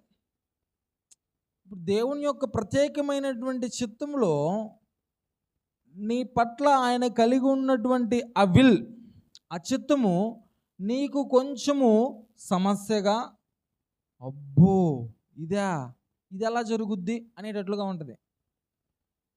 ఇది ఎలాగా జరుగుద్ది అనేటట్లుగా ఉంటుంది. ఇప్పుడు జీవనన్న ఉన్నాడు, జీవనన్న ఇంగ్లీష్లో వాక్యం చెప్పాలి. మీకు ఎవరికి సంతోషం లేదు కదా? ఆడేంటి, ఇంగ్లీష్ ఏంటి, తెలుగు మాట్లాడటమే సరిగ్గా రాదు కదా అనేసి అనుకుంటున్నారేమో. ఏమో, మోషే ఎలాంటి వాడు తెలుసా మీకు? నెత్తోడంటే ఎలా మాట్లాడతాడు? ఆమెన్ అనాలనుకోండి, ఎలా అంటాడు? ఆమెన్. అది ఏం చెప్తాడో అర్థం కాదు కదా. నెత్తోడిని దేవుడు బైబిల్లో అది వరకు ఏ మనిషి చూడనటువంటి సంగతులను రాయించాడు. ఆదికాండం, నిర్గమాకాండం, లేవియాకాండం, సంఖ్యాకాండం, ద్వితీయోపదేశకాండం. తర్వాత యెహోషువ, న్యాయాధిపతులు, ఇవన్నీ కూడా అప్పుడు జరిగినటువంటి సంగతులు. ఆదికాండం 1వ అధ్యాయం ఎవరు చూశారు? మోషే చూశాడా? అబ్రహాము చూశాడా? లేదే. జరిగిపోయినటువంటి సంగతులు, భూమి పునాదులు వేసినటువంటి సంగతులు నెత్తోడికి చెప్పాడు దేవుడు. ఆయనతో ఇంగ్లీష్లో మాట్లాడలేంచలేడా? హల్లెలూయా. అంటే ఇప్పుడు ఆయన ఫీలింగ్ ఏంటి? మనకి తెలుగు చదవడమే రాదు, మనకి తెలుగు చదవడమే రాదు. తెలుగు చదవడం రానటువంటి వ్యక్తి ఇంగ్లీష్లో వాక్యం ఎలా చెప్తాడు? ఇది కొంచెం చాలా ప్రాబ్లం. ముందు ఆయన ఇంగ్లీష్లో వాక్యం చెప్పాలంటే ఏం చేయాలి? చెప్పరా గట్టిగా? ముందు తెలుగు నేర్చుకోవాలి కదా. తెలుగు వాళ్ళు నేర్చుకోవాలి, వాళ్ళు చదవడం నేర్చుకోవాలి, తర్వాత ఏబిసిడీలు చదవడం నేర్చుకోవాలి, రాయడం నేర్చుకోవాలి, ఆ సెంటెన్సులు, ఆ పదాలు, ఆ గ్రామరు, వెకాబులరీ ఇవన్నీ కూడా ఆయన నేర్చుకున్న తర్వాత అప్పుడు కొంచెం ఇంగ్లీష్ చదవడం వస్తుంది, మాట్లాడడం రాదు. చాలా టైం పట్టుద్ది కదా. మోషే పట్ల కూడా చాలా టైమే పట్టింది. మోషే 40 ఏళ్ళకి తన దేశాన్ని విడిచిపెట్టి వెళ్ళిపోయాడు. వెళ్ళిపోయిన ఇంకో 40 ఏళ్ళ తర్వాత దేవుడు పిలిచాడు. హల్లెలూయా. 40 ఏళ్ళకి మోషే ఇంటి నుండి వెళ్ళిపోయాడు. వెళ్ళిపోయిన ఇంకో 40 ఏళ్ళ కంటే 80వ సంవత్సరంలో మోషేని దేవుడు పిలుస్తూ వచ్చాడు. దేవుని యొక్క ప్రత్యేకమైనటువంటి చిత్తం నీ జీవితంలో నెరవేర్చబడ్డానికి నీ లైఫ్లో కొంచెం టైం పట్టుద్ది, కానీ నువ్వు స్టేబుల్గా ఉండాలి, నువ్వు నిలకడగా ఉండాలి, నువ్వు కదలకుండా ఉండాలి, నువ్వు భక్తిలో ఉండాలి, నువ్వు ప్రభువుని స్తుతించేటటువంటి సాధారణమైనటువంటి చిత్తం ముందు చూసారా, దాంట్లోనూ నువ్వు తొలగిపోకూడదు. సాధారణమైనటువంటి చిత్తంలోనూ నువ్వు తొలగిపోకుండా నువ్వు నిలకడగా ఉంటే నీ జీవితంలో ప్రత్యేకమైనటువంటి చిత్తాన్ని నువ్వు నెరవేర్చగలుగుతావు. హల్లెలూయా, హల్లెలూయా. దేవుడు మనకి తెలియపరుస్తున్నటువంటి విషయం సాధారణమైనటువంటి చిత్తము, ప్రత్యేకమైనటువంటి చిత్తము. మూడో విషయం చెప్పేసి నేను ముగించేస్తాను. మూడో విషయము మానవుని యొక్క స్వంత చిత్తము, స్వేచ్ఛా చిత్తము. హల్లెలూయా. దేవుడు మానవుని ఎలాగ నిర్మించాడంటే ఒక రోబోగా నిర్మించలేదు. ఇప్పుడు చూడండి, ఈ ఫ్యాన్ ఉంది, దానికి నచ్చినప్పుడు తిరుగుద్దా? తిరగదు కదా. ఎప్పుడు తిరుగుద్ది అది? దానికంటూ ఒక పవర్ కనెక్షన్ ఇచ్చి దానికి ఒక స్విచ్ ఏర్పాటు చేసాం. వెళ్ళి స్విచ్ చేస్తే ఫ్యాన్ తిరుగుద్ది, స్విచ్ ఆఫ్ చేస్తే ఫ్యాన్ తిరగడం ఆగిపోతుంది. దానికి రెగ్యులేటర్ పెడతాం కదా, స్లోగా తిరగాలంటే స్లోగా తిరుగుద్ది. ఫ్యాన్ ఒకటిలో పెడితే, రెండులో పెడితే కొంచెం స్పీడు, మూడులో పెడితే ఇంకొంచెం స్పీడు, నాలుగులో పెడితే దానికి ఉన్నంత మ్యాక్సిమం స్పీడ్లో అది తిరుగుద్ది. దానికి మనం ఏ ఒక్క అది తిప్పుతామో అంతే తిరుగుద్ది అది. ఒకటిలో పెడితే నాలుగులోను, నాలుగులో పెడితే ఒకటిలో తిరగదు అది కదా. అప్పుడు అది మనకు నచ్చదు. ఎందుకు? మనకి ఎండాకాలంలో ఉన్నప్పుడు మనకి గాలి బాగా కావాలి. మనం నాలుగులో పెట్టామనుకో, అది ఒకటిలో తిరిగితే మనకి చెమటలు తగ్గుతాయా? మనకు దాని మీద ఏం వస్తుంది? ఆటోమేటిక్గా కోపం వస్తుంది. ఇప్పుడు చలికాలం వచ్చేసింది అనుకో, చలికాలంలో కూడా మనకి ఫ్యాన్ కావాలండి కదా. మరి నాలుగులో వద్దు అప్పుడు ఫ్యాను ఎంతలో కావాలి? ఒకటిలో కావాలి. ఒకటిలో పెడితే అది నాలుగులో తిరిగింది అనుకో, మళ్ళీ ఏం వస్తుంది? దాని మీద కోపమే వస్తుంది. కాబట్టి మన కోపం వచ్చేలాగా అది ఉండదు ఎప్పటికీ కదా. ఎందుకు? దాన్ని మనమే సృజించాం కాబట్టి మనం చెప్పినట్టుగా అది ఉంటుంది. ఓకే, దేవుడు మనల్ని సృజించాడు, కానీ దేవుడు కోపం వచ్చేలాగా మనం ఉంటాం. దేవుడు బాబు ఒకటిలో నడవరా? లేదు, నేను నాలుగులోనే నడుపుతాను. ఏంటి బాబు ఒకటిలో వెళ్ళరా? లేదండి, నాకు 4 అంటే ఇష్టం, నేను 4లోనే నడుస్తాను. బాబు వాక్యం వినరా? తర్వాత వాక్యం చదువుతూ ఇంటికాడ ఏం చేస్తావు? రాత్రంతా ఏం చేస్తావు ఇంటి దగ్గర? అప్పుడు చదువుకో వాక్యాన్ని. కొంతమంది చాలా భక్తిపరులు, వాక్యం దేవుని యొక్క దాసుడు వాక్యం చెప్తూ ఉంటే వాక్యం చదువుతారు. ఒకడు వాక్యం ప్రకటిస్తూ ఉంటే ఇంకొకడు పాటలు చూస్తూ ఉంటాడు. పాటలు పాడేటప్పుడు వాక్యం చదువుతూ ఉంటాడు ఇంకొకడు. పాటలు పాడేటప్పుడు ఏం చేయాలి? అందరూ ఎవరి కాళ్ళు పాడుకోవడానికి రాలేగా, అందరం కలిసి పాడడానికి వచ్చాంగా. ఇప్పుడు అందరం కలిసి పాడుతున్నప్పుడు అందరూ ఏమవ్వాలి? దాంట్లో ఇన్వాల్వ్ అవ్వ పాడాలి. ఇప్పుడు పాట పాడుతూ ఉంటే దేవుడు ఆయనతోనే మాట్లాడుతున్నట్టు ఒక భక్తుడు చదువుతూ ఉంటాడు. నువ్వు పాటలు పాడేటప్పుడు ఏం చేయాలి? పాట పాడాలి. ఇప్పుడు వాక్యం ప్రకటిస్తున్నారనుకో, వీడు పాటల పుస్తకం చూస్తూ ఉంటాడు. మన దగ్గర లేరులే, కొన్ని చోట్ల నేను చూశాను అలాగా. పాటల పుస్తకం చూస్తూ ఉంటాడు. ఓకే, ఇది రెండో టైపు. కొద్దిమంది సేవకులు ఉంటారు. ఒక పాస్టర్ నిలబడి అద్భుతమైనటువంటి వాక్యం ప్రకటిస్తున్నాడు ఒక చోట. నేను కూడా కూర్చొని అలా వింటున్నా. ఆయన బైబిలే ఓపెన్ చేయనివ్వకుండా ఒక స్టోరీ లాగా సూపర్గా చెప్తున్నాడు. సూపర్గా చెప్తా ఉంటే ఒక బాగా సీనియర్ మోస్ట్ దైవజనుడు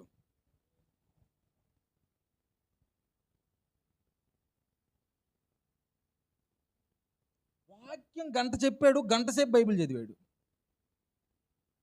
వాక్యం గంట ప్రకటించాడు, గంటసేపు ఇంటి దగ్గర ఏం చేసావు? వాక్యం ఎవరు చెప్తే ఏమైంది? వినాలి కదా. నయమానికి స్వస్థత ఎలా దొరికింది చెప్పండి? నేను పెద్దోడిని, నేను చెప్పినట్టు వినాలంటే అడిగి దొరికేదా స్వస్థత? మరి నీకు కూడా ఏదో ఒక రోగం ఉందేమో, ఆ పాస్టర్కి ఏదో ఒక ఉందేమో కదా. అది పోవాలంటే ఏం చేయాలి? నీకంటే ఎన్నో సంవత్సరాలు చిన్నవాడు అయినప్పటికీ దేవుని చేత అభిషేకింపబడి బోధిస్తున్నాడు కాబట్టి వినాలి. నువ్వు ఈయనుంటే బుద్ధి మారేది, ఇంకోసారి చదివేటోడి కాదు. వినలేదు కాబట్టి ఎప్పుడు ఎక్కడికి వెళ్ళినా కానీ ఎంత పెద్ద దైవ సేవకుడు వాక్యం చెప్తున్నా ఆయన మాత్రం బైబిల్ చదువుతా ఉన్నాడు. బైబిల్ ఆయనకి మాత్రమే ఉందా? లేదు కదా. బైబిల్ ఆయనకి మాత్రం లేదు, అందరికీ ఉంది. Rule is rule for all, do not break the rules. దేవుడు ఒక రూల్ నియమించాడు. ఏంటి? వాక్యం బోధిస్తున్నప్పుడు శ్రద్ధగా వాక్యం వినాలి. హల్లెలూయా.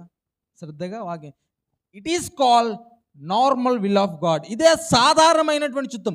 ఈ సాధారణమైనటువంటి చిత్తంలో నీ జీవితాన్ని నువ్వు ముందుకు కొనసాగిస్తూ ఉంటే, మోషే తన 40 సంవత్సరాల పాటు దేవుని యొక్క సాధారణమైనటువంటి చిత్తాన్ని నెరవేర్చడానికి ఇష్టపడలేదు.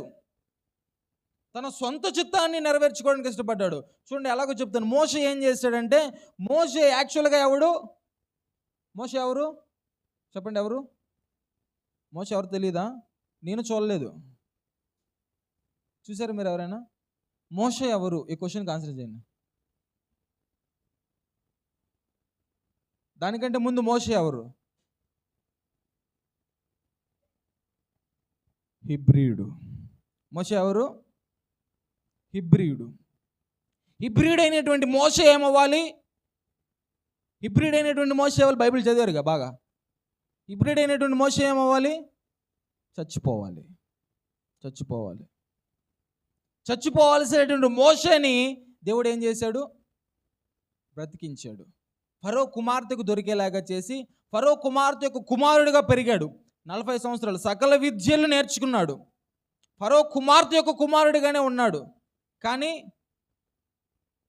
ఇంగ్లీష్లో ఒక సామెత ఉంటుంది. ఏంటి? Blood thicker than milk. విన్నారు ఎప్పుడైనా? బ్లడ్, ఫస్ట్ ఇంగ్లీష్లో అయితేనే మళ్ళీ తెలుగులో తర్జుమా చేయగలుగుతా. Blood thicker than milk. రక్తము పాల కంటే చిక్కగా ఉంటుంది. రక్తము పాల కంటే చిక్కగా ఉంటుంది. ఫరో కుమార్తె మోషేని ఎలా పెంచింది? పాలు పోసి పెంచింది. మోషేలో ఉన్నటువంటి రక్తం ఎవరిది? హిబ్రీయుడిది. ఒకరోజు ఐగుప్తీయుడు హిబ్రీయుడు కొట్టుకుంటున్నాడంట. ఏం చేశాడు మోషే? ఎవరు వీడు అసలు? ఎలా పెరిగాడు? ఐగుప్తీయుడిగా పెరిగాడు. ఐగుప్తీయుడిగా పెరిగినప్పుడు ఐగుప్తీయుడికి సహాయం చేయాలి, హిబ్రీయుడికి సహాయం చేయాలా? ఐగుప్తీయుడికి సహాయం చేయాలి. వెళ్ళి ఎవడికి సహాయం చేశాడు? హిబ్రీయుడికి సహాయం చేశాడు. కారణం ఏంటి? రక్తం. దేవుడు అంటున్నాడు, ఆ సామెత సూట్ అవుతురా బాబు, బ్లడ్ మిల్క్ కాదు, విల్ ఆఫ్ గాడ్ కావాలి. హల్లెలూయా. బ్లడ్ మిల్క్ ఎప్పటికీ తప్పు చేస్తాయి. రక్తము పాలు కాదు. నువ్వు రక్తం అది ఉంది కాబట్టి నీ రక్తం ప్రకారం నువ్వు వెళ్ళి హిబ్రీయుడికి సహాయం చేస్తావు. అది కాదు కావాల్సింది. నీ సొంత నిర్ణయం ద్వారా జరుగుతున్నటువంటి ప్రమాదం కాదు కావాల్సింది, దేవుని యొక్క ఉద్దేశం. కాబట్టి ఏమైపోయాడు మోషే? పారిపోయాడు కదా. దేవునికి చిత్తాన్ని నెరవేర్చేటటువంటి వ్యక్తిగా లేడు. ఇప్పుడు ఒక ఇద్దరు కొట్టుకుంటామంటే వెళ్ళి ఏం చేయాలి? వాళ్ళిద్దరిని ఆ తగాదలో నుండి విడదీయాలి. ఓకే, ఆ తగాదలో నుండి విడదీసి సమాధానాన్ని కలిగించేలాగా చేయాలి. కానీ ఈయన తనంతట తానే వాళ్ళకి అధికారిని అయిపోదాం అనేసి అది అయిపోదాం ఇది అయిపోదాం సొంత నిర్ణయాలు తీసుకున్నాడు. కాబట్టి దానివల్ల ఏం జరిగింది? మోషే పారిపోయే వ్యక్తి అయిపోయాడు. పారిపోయిన తర్వాత ఇప్పుడు సాధారణమైనటువంటి చిత్తానికి లోబడుతున్నాడు. ప్రతి విషయంలో సాధారణమైనటువంటి దేవుని చిత్తాన్ని నెరవేరుస్తున్నాడు. మనం చూడొచ్చు, మోషే ఏం చూస్తున్నాడంట? గొర్రెలు మేపుతూ పొద మండుతుంది, కాలిపోలే. వ్యత్యాసం ఉంది కదా. పొద ఏమవుతుంది? మండుతుంది, పొద కాలిపోవట్లేదు. ఏంటి ఆశ్చర్యం అనేసి చూడడానికి వెళ్ళాడు. చూడడానికి వెళ్ళినప్పుడు దేవుడు ఏం చేశాడు? మాట్లాడాడు. దేవుడు మాట్లాడినప్పుడు ఏం చెప్పాడు? మోషే, నువ్వు నిలబడినది పరిశుద్ధమైనటువంటి స్థలము కాబట్టి నీ కాళ్ళకు ఉన్నటువంటి చెప్పులు విడిచిపెట్టు. వెంటనే దేవుడు ఏం చేశాడు? మోషే ఏం చేశాడు? లోబడ్డాడు కదా. లోబడి చెప్పులు విడిచిపెట్టేసి దేవుని మాట వినడం ప్రారంభించాడు. దేవుని మాట వినడం ప్రారంభించాడు. నువ్వు సాధారణమైనటువంటి చిత్తాన్ని నీ జీవితంలో క్రమము తప్పకుండా దాన్ని అనుసరించి నువ్వు దాన్ని నెరవేరుస్తూ నీ జీవితంలో ముందుకెళ్ళినప్పుడు దేవుని యొక్క ప్రత్యేకమైనటువంటి చిత్తము నీ జీవితంలోనికి వస్తుంది. హల్లెలూయా. దేవుని యొక్క ప్రత్యేకమైనటువంటి చిత్తము నీ జీవితంలోనికి వస్తుంది. ఆ దేవుని యొక్క ప్రత్యేకమైనటువంటి చిత్తము ద్వారా నీ జీవితం ఆశీర్వదింపబడుతుంది. నీ జీవితం ద్వారా అనేకులు ఆశీర్వాదకరంగా మార్చబడతారు. అయితే ఫైనల్గా చివరిగా దేవుడు మనకేమిచ్చాడు? స్వేచ్ఛా చిత్తాన్ని ఇచ్చాడు. స్వేచ్ఛా చిత్తాన్ని. మనం ఏదైనా చేయొచ్చు.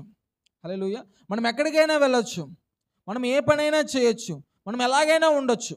కానీ మనం ఏం చేసినా దాంట్లో దేవుడు మహిమపరచబడాలి. అందుకని అపోస్తలుడైన పౌలు ఏమంటాడు? నేను భోజనం చేసినను, నేను పానము చేసినను సమస్తము దేవునికి మహిమకరంగా చేస్తాను. హల్లెలూయా. నువ్వు పెళ్ళికి వెళ్ళొచ్చు, నువ్వు ఫంక్షన్కి వెళ్ళొచ్చు, నువ్వు దినాలకు వెళ్ళొచ్చు, నువ్వు ఎక్కడికైనా వెళ్ళొచ్చు. కానీ నువ్వు ఎక్కడికి వెళ్ళినా ఏమవ్వాలి? దేవుడు మహిమపరచబడాలి. నువ్వు ఏ పనైనా చేయొచ్చు. హల్లెలూయా. వినండి, మీరు ఏ పనైనా చేయొచ్చు, ఆ పనిలో దేవుడు మహిమపరచబడాలి. ఏ పనైనా చేయొచ్చు కదా. సిగరెట్ తాగుతూ యేసయ్యకి స్తోత్రం, సారా తాగుతూ యేసయ్యకి స్తోత్రం అంటే కుదరదు.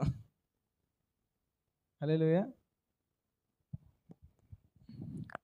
ఏంటి అవి వేస్తూ యేసయ్యకి స్తోత్రం అంటే ఆ మధ్య ఎవరు పట్టుకొని వచ్చి స్తోత్రం స్తోత్రం స్తోత్రం అంటున్నారంట. ఏనా చర్చిలో కూడా అది పెట్టుకొని వచ్చారంట చాలా మంది. దాంట్లో కూడా యేసయ్యే మహిమ. తప్పు. హల్లెలూయా. సాధారణమైనటువంటి చిత్తం, అపవిత్రత నీ జీవితంలో రానివ్వకుండా పరిశుద్ధమైనటువంటి జీవితాన్ని కలిగి ఉండాలి. హల్లెలూయా. పరిశుద్ధమైనటువంటి జీవితాన్ని కలిగి ఉన్నప్పుడు నీకు స్వేచ్ఛా చిత్తం అనుగ్రహింపబడుతుంది. నువ్వు ఏదైనా చేయొచ్చు. నువ్వేం చేసినా అది దేవునికి మహిమకరంగా ఉంటుంది. దేవునికి అవమానకరంగా, దేవునికి వ్యతిరేకకరంగా, దేవునికి ఆయాసకరంగా ఏది ఉండదు నీ లైఫ్లో. హల్లెలూయా. ఎందుకంటే దేవుడు మనకి స్వేచ్ఛనిచ్చాడు. మనల్ని ఫ్యాన్ లాగా తయారు చేయలే, మనల్ని మైక్ లాగా తయారు చేయలే. ఇది నేను ఎంత అరిచినా, నేను అక్కడ ఎంత సౌండ్ పెడితే అంతే వస్తుంది. నేను ఎంత అరిస్తే అంత వినిపివ్వాలంటే అక్కడ సౌండ్ పెరుగుతూ ఉండాలి కదా. మనం ఎంత కంట్రోల్ చేస్తే అది అంతే కంట్రోల్లో ఉంటుంది. దేవుడు మనల్ని అలాగా కంట్రోల్లో పెట్టలేదు. హల్లెలూయా. ఫ్రీడమ్ ఇచ్చాడు. హల్లెలూయా. మనకేమి ఇచ్చాడు ఆయన? ఫ్రీడమ్ ఇచ్చాడు. ఆ ఫ్రీడాన్ని, ఆ స్వాతంత్రాన్ని దుర్వినియోగపరుచుకోకూడదు మనం. తల్లిదండ్రులు పిల్లలకి ఫ్రీడమ్ ఇచ్చారు. నా కొడుకే కదా, వాడికి జ్ఞానం ఉంది, వాడు హాస్టల్కి వెళ్ళినా బాగా ఉంటాడు, భక్తిగా ఉంటాడు. అయ్యో మా నాన్న నాకు ఫ్రీడమ్ ఇచ్చాడు కదా అని అక్కడ పాపం చేయకూడదు. పాపం చేస్తే జీవితం నాశనం అయిపోద్ది. ఫ్రీడాన్ని ఏం చేయకూడదు? దుర్వినియోగపరుచుకోకూడదు. హల్లెలూయా. సింపుల్గా చివరికి ఒక మాట చెప్తాను, డైలాగ్ లాగా అనిపించచ్చేమో కదా. కొన్ని జంతువులు మనకి మంచి ఫ్రీడమ్ ఇస్తాయి. కొన్ని జంతువులు మనకి ఏమిస్తాయి? మంచి ఫ్రీడమ్ ఇస్తాయి. అవి ఫ్రీడమ్ ఇచ్చాయి కదా అని చెప్పేసి మరీ ఓవర్ యాక్టింగ్ చేస్తే తర్వాత ఫ్రీడమ్ అనుభవించడానికి మనం ఉండం. అంతేనండి. ఇప్పుడు ఒక మంచి డాబర్మ్యాన్ కుక్క ఉంది అనుకోండి, అది మనకి చాలా చనువుగా ఉంటుంది. అది చనువుగా ఉంది కదా అనేసి దాంతో మనం ఓవర్ యాక్టింగ్ చేస్తే దానికి ఎక్కడ నొప్పి వచ్చింది అనుకో, ఏం చేస్తుంది? అది ఒక పట్టుద్ది అంతే కదా. అది పడితే కోసంత మాంసం వస్తుంది అంతే. ఇజ్రాయేలీలకి దేవుడిచ్చినటువంటి కోసంత మాంసం మాత్రం బయటకు వస్తుంది కదా. కాబట్టి దేవుడు మనకి ఫ్రీడమ్ ఇచ్చాడు కదా, దేవుడు మనకి స్వాతంత్రం ఇచ్చాడు కదా అని మనం ఏం చేయకూడదు? ఓవర్ యాక్టింగ్ చేయకూడదు. లూసిఫర్ ఏం చేశాడు? ఓవర్ యాక్టింగ్ చేసి I'm also like God, I know everything, నాకంతా తెలుసు, నేను కూడా దేవుని వల్లే ఉన్నాను అని దేవుని పక్కన కుర్చీ వేసుకున్నాడు. అంటే ఏం చేశాడు దేవుడు? లెఫ్ట్ లెగ్ తోటి ఒకటి ఇస్తే పాతాళంలోనికి వచ్చి పడ్డాడు. మరి అదే పాతాళంలోనికి నువ్వు నేను వెళ్ళిపోకూడదు. హల్లెలూయా. హల్లెలూయా. దేవుడు మనకి నేర్పిస్తున్నటువంటి మాట దేవుని యొక్క చిత్తం. ఎంతమందికి అర్థమైంది? హల్లెలూయా. దేవుని యొక్క చిత్తం మొదటిగా సాధారణమైనటువంటి చిత్తం అందరూ చేయాలి. సాధారణమైనటువంటి చిత్తాన్ని జరిగిస్తున్నటువంటి వారి జీవితంలో దేవుడు ప్రత్యేకమైనటువంటి చిత్తాన్ని ఇస్తాడు. ఆ ప్రత్యేకమైనటువంటి చిత్తాన్ని నువ్వు నెరవేర్చడం ద్వారా అనేకులకు ఆశీర్వాదకరంగా ఉంటావు. మూడవది, దేవుడు నీకు స్వేచ్ఛా చిత్తాన్ని ఇస్తున్నాడు. నువ్వు ఏదైనా చేయొచ్చు, కానీ నువ్వేం చేసినా దేవునికి మహిమకరంగా చేయాలి. హల్లెలూయా. నువ్వేమైనా చేయొచ్చు. వింటున్నావా? నువ్వు ఇన్స్టాగ్రామ్లో రీల్ పెట్టొచ్చా? కండిషన్స్ ఏమైనా అప్లై అవుతాయా అంటే తెలియదు నీకు. ఇన్స్టాగ్రామ్లో రీల్ పెట్టచ్చు, కానీ దేవునికి మహిమకరంగా పెట్టాలి. నువ్వు సినిమా సాంగ్ పెడితే దేవుడు అవమానపరచబడతాడు. అదే నువ్వు యేసయ్యకి సంబంధించిన రీల్ పెట్టావనుకో, అనేకులు దాని ద్వారా ఆశీర్వదింపబడతారు. ఇదే స్వేచ్ఛా చిత్తం అంటే. నువ్వు ఫోటో దిగొచ్చు. ఎలాగా? నిన్ను చూస్తే ఒకరు భక్తి పుర్రాలు అనాలి. అంతసేపు ఇలాగొని ఫోటో టైంకి ఎలా అనకూడదు. ఎలా అనకూడదు? ఫోటో టైంకి ఎక్స్ప్రెషన్స్ మారిపోకూడదు. అప్పుడు నిన్ను చూసినోడికి ఏం కలుగుద్ది? అదే పాపం. నువ్వు డబ్బు సంపాదించాలి. ఎలా సంపాదించాలి? లీగల్గా ఎదిగలుగా. నువ్వు టాపిక్ కూలికి వెళ్ళావు అనుకో, మేస్త్రి పనికి వెళ్తే 1000 రూపాయలు కదా. నువ్వు నువ్వు 1000 రూపాయలు సంపాదించాలి. కానీ నువ్వు వాడితో గొడవ పెట్టి సీటుతో గొడవ పెట్టేసి నాకు 5000 ఇస్తేనే చేస్తాను, అదేంటి ఇల్లీగల్. డబ్బు నువ్వు చేసేది ప్రతిదీ లీగల్గా ఎథికల్గా ఉండాలి. చేసేది ప్రతిదీ న్యాయబద్ధంగా ఉండాలి. నువ్వు గవర్నమెంట్ కూడా ట్యాక్స్ కట్టాలి. నీ సంపాదనలో, నువ్వు సంపాదించేటువంటి సంపాదనలో నువ్వేం చేయకూడదు, మోసం చేయకూడదు, అన్యాయం చేయకూడదు, ఒకటిని ఇబ్బంది పాలు చేయకూడదు. స్వేచ్ఛ ఇచ్చాడు కదా అనేసి ఆ స్వేచ్ఛని దుర్వినియోగపరుచుకునే వారంగా మనం ఉండకూడదు. హల్లెలూయా. ఈరోజు దేవుడు మనకి నేర్పించినటువంటి విషయము దేవుని యొక్క చిత్తం. హల్లెలూయా. ఈరోజు దేవుని యొక్క చిత్తాన్ని మనం నేర్చుకుంటూ వచ్చాం. దేవుని యొక్క చిత్తం ఏంటి అనేది వచ్చే వారం దేవుని యొక్క చిత్తాన్ని ఎలా కనుగొనాలి అనేటటువంటి విషయాన్ని నేర్చుకుందాం. ఆపై వచ్చే వారం దేవుని యొక్క చిత్తాన్ని ఎలాగ నెరవేర్చాలనేటువంటి విషయాన్ని నేర్చుకుందాం. హల్లెలూయా. ఇది మీ అందరికీ ఆశీర్వాదకరంగా ఉంటుందనేసి నేను భావిస్తున్నాను. కాబట్టి మీకు మాత్రమే ఆశీర్వాదకరంగా ఉంటే సరిపోతుందా? చూడండి, మా ఫ్రెండ్స్ కొద్దిమంది ఉంటారు, ఎక్కడైనా దారిలో వెళ్ళేటప్పుడు ఏదైనా బోర్డు కనిపించింది అనుకోండి, ఏంటి ఏం బోర్డు అనుకునే వాళ్ళు, ఫంక్షన్, పెళ్ళి ఇలాంటిది ఏదైనా వెంటనే ఫోన్ వస్తుంది, అన్నా ఇక్కడ ఫంక్షన్ ఉందన్న వెళ్ళొద్దా అంటే ఆడొక్కడే తినడానికి కాదు, ఆడితో పాటు నలుగురిని తినడానికి ఆహ్వానిస్తున్నావా కదా. ఒక పూట కూటు కొరకే నలుగురిని ఆహ్వానిస్తున్నాం. జీవితం అంతా ఉపయోగపడే వాక్యం, నలుగురిని ఆహ్వానిద్దాం. హల్లెలూయా. ఇతరులకి తెలియచేద్దాం దేవునికి వాక్యం. ఈరోజు సాయంత్రం లోపు ఈరోజు నేను తెలియపరిచిన వర్తమానం యూట్యూబ్లో అప్లోడ్ చేస్తాను. మరలా మీకు ఏమైనా డౌట్స్ ఉంటే దాన్ని ఆలకించండి, ఇతరులకి ఈ విషయాన్ని తెలియచేయండి. దేవుని యొక్క పనిలో పాలిభాగస్తులుగా ఉండండి. God bless you. దేవుడు మిమ్మల్ని ఆశీర్వదించును గాక.